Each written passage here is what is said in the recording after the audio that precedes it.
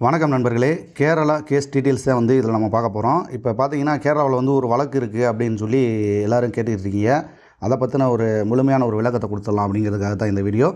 இப்போ வந்து பார்த்தீங்கன்னா கேரளாவில் தான் வந்து இப்போ நீங்கள் பார்த்துக்கிட்டு இருக்கிறது வந்து கேரளாவில் நடந்த அந்த கேஸ் டீட்டெயில்ஸ் தான். இதை பார்க்குறதுக்கு முன்னாடி இவங்க வந்து எந்தெந்த தேதிகளில் வந்து அப்பீல் பண்ணியிருக்காங்க அப்படிங்கிறத வந்து பார்த்துக்குருவோம். ஏன்னா அப்போ தான் வந்து இந்த ஆர்டரில் வந்து என்ன சொல்லியிருக்காங்க அப்படிங்கிறது வந்து உங்களுக்கு விளக்கமாக தெரியும். முழுமையாக தெரிஞ்சுக்கணும் அப்படின்னு நினைக்கிறவங்க அப்படியே தொடர்ந்து கண்டினியூ பண்ணுங்கள். இல்லைப்பா மேலோட்டமாக வந்து நான் தெரிஞ்சுக்கிட்டா போதும் அப்படின்னா நீங்கள் வந்து ஸ்கிப் பண்ணியே பார்க்கலாம். அதனால் வந்து எந்த ஒரு தவறும் இல்லை. அடுத்தடுத்து மைவி திரியட்ஸ் அப்டேட் வரும் அப்படின்னு சொல்லி எதிர்பார்த்து நீங்கள் காத்திருந்தால் நிச்சயமாக வந்து அன்சப்ஸ்கிரைப் பண்ணிட்டு போயிருங்க. இந்த மாதிரி ஏதாவது முக்கியமான தகவல் இருந்தால் மட்டும்தான் அடுத்தடுத்து வந்து நான் அப்டேட் பண்ணுவேன். அதுக்கிடையில் வந்து என்னுடைய சொந்த கண்டென்ட்டை மட்டும்தான் இதில் போட போகிறேன். அதையும் நீங்கள் விருப்பம் இருந்தால் பார்க்கலாம், இல்லைனா கடந்து போயிடலாம். சரி வாங்க நண்பர்களே, இப்போ நம்ம வந்து இந்த டீட்டெயில்ஸில் என்னென்ன இருக்குன்றதை முழுமையாக விளக்கமாக பார்த்துடலாம். ஃபஸ்ட்டு வந்து பார்த்திங்கன்னா கிட்டத்தட்ட வந்து 2024 டிசம்பர்லேருந்து இது வந்து போய்கிட்டு இருக்குது. அதாவது கேஸ் வந்து ஃபைல் பண்ணது அதெல்லாம் நமக்கு தேவையில்லை. இவங்க வந்து கோர்ட்டில் வந்து எந்தெந்த தேதிகளில் வந்து அப்பீல் பண்ணியிருக்காங்க அப்படிங்கிறத மட்டும் ஃபஸ்ட்டு பார்த்துக்கிறோம். அதாவது 2025 நடந்ததை மட்டும் நம்ம பார்க்கலாம். ஃபஸ்ட்டு வந்து பார்த்திங்கன்னா ஃபைலிங் டேட் வந்து 22/1/2025, அதாவது 1வது மாதத்தில் வந்து அவங்க பண்ணியிருக்காங்க. இந்த டேட்டை மட்டும் நீங்கள் வந்து குறிச்சிக்கோங்க. அடுத்த ஹியரிங் வந்து அது வந்து டிஸ்போஸ் ஆகிடுக்கு. அதுக்கு அடுத்ததாக வந்து எந்த தேதி அப்படிங்கிறத பார்க்கலாம். அதுக்கடுத்த கேஸ் டீட்டெயில்ஸ் அப்படின்னு பார்த்தீங்கன்னா 23ஆம் தேதி, இங்கே பார்த்தீங்கன்னா உங்களுக்கு தெரியும், 23ஆம் தேதி ஜனவரியில் வந்து பண்ணியிருக்காங்க. அதுக்கடுத்ததாக வந்து பிப்ரவரி 6க்கு வந்து ஒத்தி வச்சுருக்காங்க. அதில் வந்து என்ன நடந்திருக்கு அப்படின்னு பார்க்கலாம். இதில் வந்து உங்களுக்கு ஏதாவது முழு தகவல் தேவை அப்படின்னா நீங்கள் வந்து பாஸ் பண்ணி இதில் என்னென்ன போட்டிருக்கு அப்படிங்கிற எல்லாத்தையும் படித்து பார்த்துக்குங்க. ஏன்னா இதெல்லாம் வந்து நான் விளக்கமாக சொன்னேனாக்க ரொம்பவே டைம் ஆகும். இதில் டேட் பாருங்கள், இந்த இடத்துல போட்டிருக்கு பாருங்கள். இதில் வந்து பெட்டிஷனர், அதாவது பெட்டிஷனர் அப்படின்னா நம்ம சைட்லேருந்து பண்ணவங்க. அவங்க வந்து மொத்தம் வந்து இந்த சக்தியானந்தன் பேர் போட்டிருக்கு பார்த்தீங்களா, சன் ஆஃப் மருதாச்சலம். அதில் வந்து பாதி பேர் தான் வருது. இது அட்வொகேட் அப்படின்னு பார்த்தீங்கன்னா ஒரு 8 பேர். இவங்க பேர்கள்லாம் நீங்கள் வாசிக்கிறதா இருந்தால் வாசிக்கலாம். அதே இது வந்து அவங்க தரப்புலேருந்து, கேரளா தரப்புலேருந்து ஸ்டேட்டில் வந்து பண்ணியிருக்காங்க. அதில் இருக்கிறது யார் அப்படின்னு பார்த்துக்கிறீங்க. இப்போ நம்ம வந்து அந்த கேஸ் டீட்டெயில்ஸ்குள்ளே போயிடலாம். இது வந்து ஃபுல்லாக வந்து இங்கிலீஷில் இருக்குது. இதை நீங்கள் பார்த்துக்கோங்க. இதை வந்து தமிழாக்கமாக உங்களுக்கு வந்து விளக்கமாக நான் சொல்கிறேன். பொறுமையாக வந்து பாருங்கள். சில இடங்களில் வந்து கடந்து போயிடுவோம். ஏன்னா வந்து அதெல்லாம் வந்து நமக்கு தேவையில்லாத, அதனால் கடந்து போயிடுவோம். முக்கியமானதில் மட்டும் நம்ம வந்து இதில் வாசித்து பார்த்துக்கலாம். நண்பர்களே, இப்போ வந்து தமிழாக்கத்துக்கு ஃபஸ்ட்டு பேஜுக்கு நம்ம வந்திருக்கோம். இது மொத்தம் பார்த்திங்கன்னா 7 பேஜ் இருக்குது. ஒவ்வொரு பேஜாக நம்ம வந்து பார்க்கலாம். இந்த 7 பேஜில் இருக்கிறதையும் முழுசாக தெரிஞ்சுக்கணும் அப்படிங்கிறவங்க வந்து ஸ்கிப் பண்ணாமல் பாருங்கள். இல்லைப்பா மேலோட்டமாக நான் தெரிஞ்சுக்கிட்டால் போதும் அப்படிங்கிறவங்க ஸ்கிப் பண்ணியே பார்க்கலாம். அதனால் ஒன்றும் எந்த ஒரு பிரச்சனையும் கிடையாது. ஆனால் இதை முழுமையாக பார்க்காம தவறான ஒரு புரிதலுக்கு நீங்கள் போனீங்கன்னா எந்த ஒரு விதத்துலையும் நான் பொறுப்பு கிடையாது. அதனால் வந்து தவறாக யாரும் புரிஞ்சுக்க வேண்டாம். உங்களுக்கு ஏதாவது டவுட் இருந்துச்சுன்னா திரும்பவும் இந்த வீடியோவை நீங்கள் பாருங்கள். அப்போ தான் வந்து உங்களுக்கு ஒரு முழுமையான விளக்கம் கிடைக்கும். சரி வாங்க, இதில் என்ன கொடுத்துருக்காங்க அப்படிங்கிறத பார்க்கலாம். இதுதான் பேஜ் 1. எர்ணாகுளத்தில் உள்ள கேரள உயர் நீதிமன்றத்தில் வழங்கவும் அப்படின்னு சொல்லி கொடுத்துருக்காங்க. டேட் அப்படின்னு பார்த்தீங்கன்னா வியாழன் பிப்ரவரி 6வது நாள் 2025 அப்படின்னு கொடுத்துருக்காங்க. இந்த வழக்கு எப்போ பதியப்பட்டிருக்கு அப்படின்னு பார்த்தீங்கன்னா 21/12/2024 வந்து பதியப்பட்டிருக்கு. இதில் வந்து எங்கே பதிஞ்சிருக்காங்க அப்படின்னு பார்த்தீங்கன்னா பாலக்காடில் தான். அதில் இருக்கிற சோலையார் அப்படிங்கிற ஒரு போலீஸ் ஸ்டேஷனில் தான் வந்து இந்த வழக்கு வந்து பதிவு பண்ணியிருக்காங்க. அந்த வழக்கு என்னமே கொடுத்துருக்காங்க 27/2024. அது கீழே வந்து பார்த்தீங்கன்னா 2024ஆம் ஆண்டு மாவட்ட நீதிமன்றம் மற்றும் அமர்வு அப்படின்னு சொல்லி கொடுத்துருக்காங்க. இதில் வந்து பார்த்திங்கன்னா மனுதாரர்கள், இதில் ஃபஸ்ட்டே வந்து ஒன்று சொல்லிடுறேன். மனுதாரர் அப்படின்னு சொல்லி எந்தெந்த இடத்துல வருதோ அது எல்லாமே வந்து சக்தியானந்தன் அவர்களை குறிக்கும். அதனால் வந்து அதை தெளிவாக பார்த்துக்குங்க. எந்த ஒரு தவறான புரிதலுக்கும் நீங்கள் போயிட வேண்டாம். இதில் பாருங்கள், மனுதாரர்கள் குற்றம் சாட்டப்பட்டவர் இந்த இடத்துல போட்டிருக்காங்க. சக்தியானந்தன் வயது 52, சன் ஆஃப் மருதாச்சலம் அப்படின்னு சொல்லி போட்டிருக்காங்க. அவருடைய அட்ரஸ் எல்லாம் போட்டிருக்காங்க. அதே மாதிரி அட்வொகேட் அப்படின்னு பார்த்தீங்கன்னா ஆரம்பத்தில் நான் சொல்லியிருந்தேன் பார்த்தீங்களா, ஒரு 8 பேர், அந்த 8 பேருடைய பெயர் போட்டிருக்காங்க. பிரதிவாதி அப்படின்னு பார்த்தீங்கன்னா பப்ளிக் ப்ராசிக்யூட்டர் கேரளா உயர்நீதிமன்றம் அப்படின்னு கொடுத்துருக்காங்க. இதில் வந்து 2 கருத்துக்கள் நிலவுது. ஒன்று ஸ்லோ மோட்டோவாக போட்டிருக்காங்க அப்படின்ற ஒரு கருத்து ஒன்று நிலவுது. இன்னொன்று வந்து வழக்கு தொடர்ந்துருக்காங்க, அதாவது தனிப்பட்ட ஒரு நபர் வந்து வழக்கு தொடர்ந்துருக்காங்க அப்படிங்கிறத வந்து சொல்கிறாங்க. இதில் எது உண்மை அப்படிங்கிறத அடுத்தடுத்த பக்கங்களை நம்ம படிக்கும்போது தான் நமக்கு விளக்கமாக கிடைக்கும். சரி வாங்க, இப்போ நம்ம 2வது பக்கத்துக்கு போகலாம். 2வது பக்கம் இங்கே பார்த்துக்குங்க.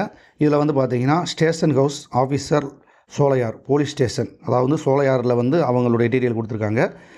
இதில் வந்து வேறு ஒன்றும் கிடையாது, பெருசாக இல்லை. அதாவது டேட், அதாவது 6/2/2025 அன்றைக்கி வந்து ஆர்டர் வந்து கொடுத்துருக்காங்க. அந்த ஆர்டருக்கான விளக்கங்கள் தான் கொடுத்துருக்காங்க. இந்த ஜாமீன் சேர்க்கைக்கு வந்துள்ளது. அதே நாளில் நீதிமன்றம் பின் வருவனவற்றை வழங்கியுள்ளது. என்ன வழங்கியிருக்காங்க, அதாவது ஆர்டரில் என்ன வழங்கியிருக்காங்க அப்படிங்கிறத 3வது பக்கத்தில் இப்போ நம்ம பார்க்கலாம். இதுதான் நண்பர்களே ரொம்ப முக்கியமானது. இது பிப்ரவரி 6, 2025 தேதியிட்டது. இந்த ஆர்டர்னு போட்டிருக்காங்க பார்த்தீங்களா, இங்கே பார்த்தீங்கன்னா உங்களுக்கு தெரியும். இந்த ஜாமீன் விண்ணப்பம் பாரதிய நாகரிக சுரக்ஷா சன்ஹிதா, அதாவது வந்து ஒரு பிரிவு வந்து உள்ளே காட்டுறாங்க. 2023 பிரிவு 482 கீழ் தாக்கல் செய்யப்பட்டது. இது எந்த அடிப்படையில் வந்து தாக்கல் செஞ்சுருக்காங்க அப்படிங்கிறத வந்து இதை விளக்கமாக கொடுத்துருக்காங்க. ரெண்டாவது, அதாவது ஆரம்பத்தை சொன்ன பார்த்தீங்களா, மனுதாரர் அப்படின்னு சொல்லி எந்தெந்த இடத்துல வருதோ அது எல்லாமே வந்து சக்தியானந்தன் அவர்கள் தான். இப்போ 2ல் பார்த்தீங்கன்னா மனுதாரர் பாலக்காடு சோலையார் காவல் நிலைய குற்ற எண் 27, 2024 குற்றம் சாட்டப்பட்டவர், அதாவது குற்றம் சாட்டப்பட்டவர், நல்லா கவனிச்சுக்கோங்க. இந்திய தண்டனை சட்டத்தின் பிரிவு 420, அதாவது 420 சொல்லுவாங்க, அதாவது சீட்டிங் கேஸ் அப்படிங்கிறது தான் இதில் வந்து வரும். அடுத்ததாக பார்த்தீங்கன்னா கட்டுப்பாடற்ற வைப்பு திட்டங்கள், அது அன்ரிலேட்டட் டெபாசிட், அது வந்து பட்ஸ் ஆக்டுக்குள்ளே தான் வந்து போட்டிருக்காங்க. தடை சட்டம் இந்த போட்டிருக்காங்க, பட்ஸ் போட்டு தடை சட்டம் அப்படிங்கிறத கொடுத்துருக்காங்க. 2019 பிரிவு 3, அதாவது பிரிவு 21, 1, 2, 3 மற்றும் பரிசு சட்ட பிரிவு, அதாவது பரிசு சட்டம்ன்றது வந்து சிட் ஃபண்ட் ஆக்ட் அதில் வரும்னு நினைக்கிறேன். அதுதான் வந்து பரிசு சட்டம், அதாவது வந்து ஒரு பரிசு கொடுக்குறதா சொல்லி பண்ணுற ஒரு விஷயம் அப்படிங்கிறது. அதுக்கடுத்ததாக பார்த்தீங்கன்னா மேலும் பார்த்தீங்கன்னா சட்டத்தின் 420 கீழ் தண்டனைக்குரிய குற்றங்களை குற்றம் சாட்டி மனுதாரர் மீது மேற்கண்ட வழக்கு பதிவு செய்யப்பட்டுள்ளது, அதாவது பதிவு செய்யப்பட்டுள்ளது அப்படிங்கிறத மட்டும்தான் அந்த இடத்துல போட்டிருக்காங்களே தவிர தனிப்பட்ட ஒருத்தர் வந்து இதுக்கு வந்து கம்ப்ளைண்ட் கொடுத்துருக்காரு அப்படின்னு சொல்லி இந்த இடத்துல அவங்க வந்து சொல்லலை. மூணாவதாக பார்த்தீங்கன்னா குற்றம் சாட்டப்பட்டவர் மைவி3 விளம்பரங்களின் உரிமையாளர் மற்றும் நிர்வாக இயக்குனர் என்பது அரசு தரப்பு வழக்கு. அதாவது அரசு தரப்புலேருந்து என்ன சொல்லியிருக்காங்கன்னா, இவர் தான் வந்து மைவி3 ஆர்ட்ஸ் நிறுவனத்தினுடைய உரிமையாளர் மற்றும் நிர்வாக இயக்குனர், எல்லாமே இவர் தான் பண்ணியிருக்காரு, எல்லாமே இவருடைய கட்டுப்பாட்டில் தான் இருக்குங்கிறத இந்த இடத்துல அவங்களே அழகாக தெளிவுபடுத்தியிருக்காங்க. அடுத்ததாக வந்து 4வது பேஜில் என்ன இருக்குது அப்படிங்கிறத பார்க்கலாம். இப்போ 4வது பேஜில் அதனுடைய தொடர்ச்சி என்னன்னு பார்க்கலாம். கோயம்புத்தூர் சார்ந்த விளம்பர நிறுவனம் 1/3/2023 முதல் 1/4/2024 வரையிலான காலகட்டத்தில் மனுதாரர் அப்படிங்கிறது சக்தியானந்தன் அவர்கள், அது தெளிவாக புரிஞ்சுக்கோங்க, அதிக வருமானம் வழங்கி அட்டப்பாடி பொதுமக்களிடம் நிதி திரட்டி ஒவ்வொருவரிடமிருந்து, அதாவது அட்டப்பாடிங்கிறது வந்து ஒரு கிராமம் நினைக்கிறேன், அட்டப்பாடி பொதுமக்களிடமிருந்துனா அந்த ஊரில் இருக்கிற பொதுமக்கள்கிட்ட இருந்து அப்படின்றத வந்து மென்ஷன் பண்ணியிருக்காங்க. தனிப்பட்ட ஒருத்தர் வந்து கொடுத்த மாதிரி இதில் தெரியலை, இதில் வந்து ஸ்லோ மோட்டோவாக எடுத்தது மாதிரி தான் தெரியுது. அதனால் வந்து இதை எந்த அளவுக்குன்ற தெரியல, உங்கள் பார்வைக்கே விட்டுறேன் நான், இது ஸ்லோ மோட்டோவா இல்லை தனிப்பட்ட ஒருத்தர் வந்து கம்ப்ளைண்ட் பண்ணதா அப்படிங்கிறத நீங்களே முடிவு பண்ணிக்கோங்க. அட்டப்பாடி பொதுமக்களிடம் நிதி திரட்டி ஒவ்வொருவரிடமிருந்து 1,21,260 வசூலித்ததாக கூறப்படுகிறது. சோலையாரில் உள்ள சேவை கூட்டுறவு வங்கியில் வங்கி கணக்கு, அதாவது சோலையாரில் இருக்கிற ஒரு கூட்டுறவு வங்கியில் வந்து ஆர்டிஜிஎஸ் மூலம் நபர் அப்படின்னு கொடுத்துருக்காங்க.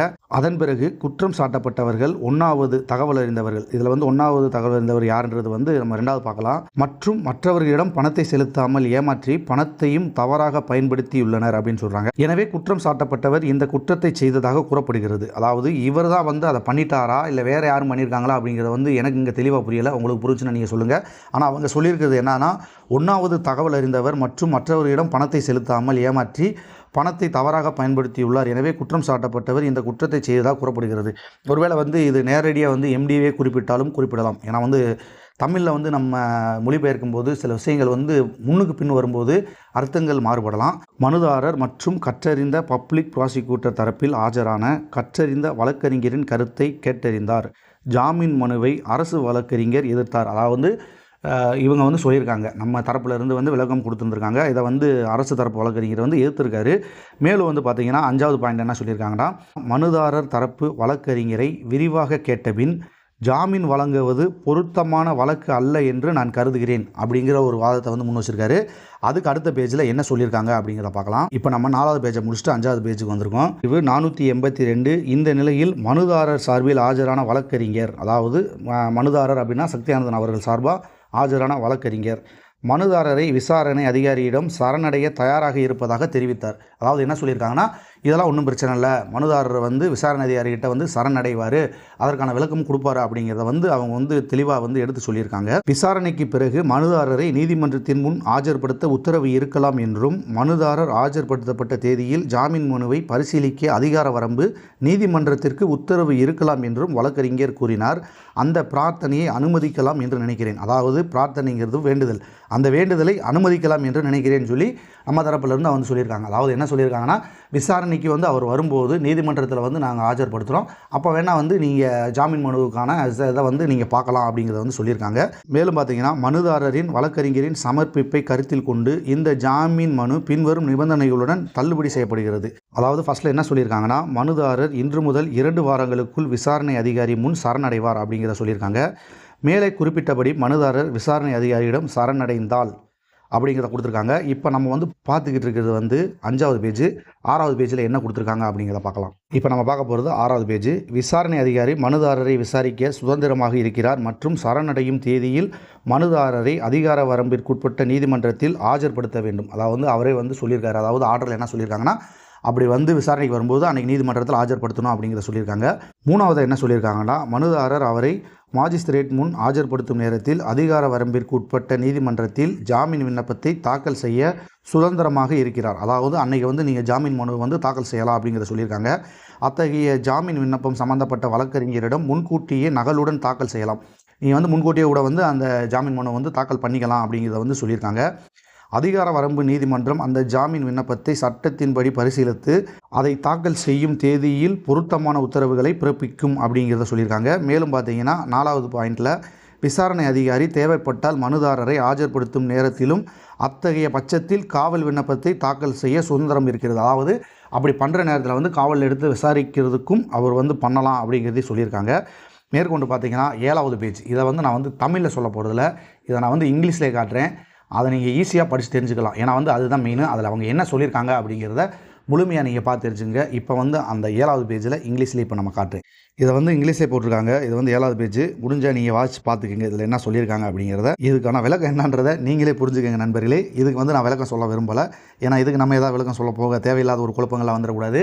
சார் நண்பர்களே, இதில் வந்து என்ன நடந்திருக்கு அப்படின்றது ஒரு சின்ன ஒரு புரிதல் உங்களுக்கு வந்திருக்கும் அப்படின்னு நினைக்கிறேன். மேலும் இது சார்ந்து வந்து ஏதாவது ஒரு தகவல் வந்தால் நிச்சயமாக வந்து நான் இதை அப்டேட் பண்ணுறேன். ஏன்னா இந்த கேஸ் சம்பந்தமாக எல்லா டீட்டெயில் வந்து நம்மளும் வந்து பார்த்துக்கிட்டு தான் இருக்கோம். சார் நண்பர்களே, இனி வருங்காலங்களில் வந்து நம்ம சேனலில் வந்து இன்னும் பல தரப்பட்ட வீடியோக்கள், பல கண்டென்ட் சம்மந்தமானது வரப்போகுது. அதையெல்லாம் நீங்கள் விருப்பப்பட்டு பார்க்குறதா இருந்தால் பார்க்கலாம், இல்லை அன்சப்ஸ்கிரைப் பண்ணிட்டு வெளியில் போகிறதா இருந்தாலும் போயிடலாம். நன்றி நண்பர்களே. மீண்டும் இது மாதிரியான ஒரு பயனுள்ள ஒரு தகவல் உங்களை சந்திக்கிறேன். மெய்ப்பொருள் காண்பதறிவு. வாழ்க வளமுடன்.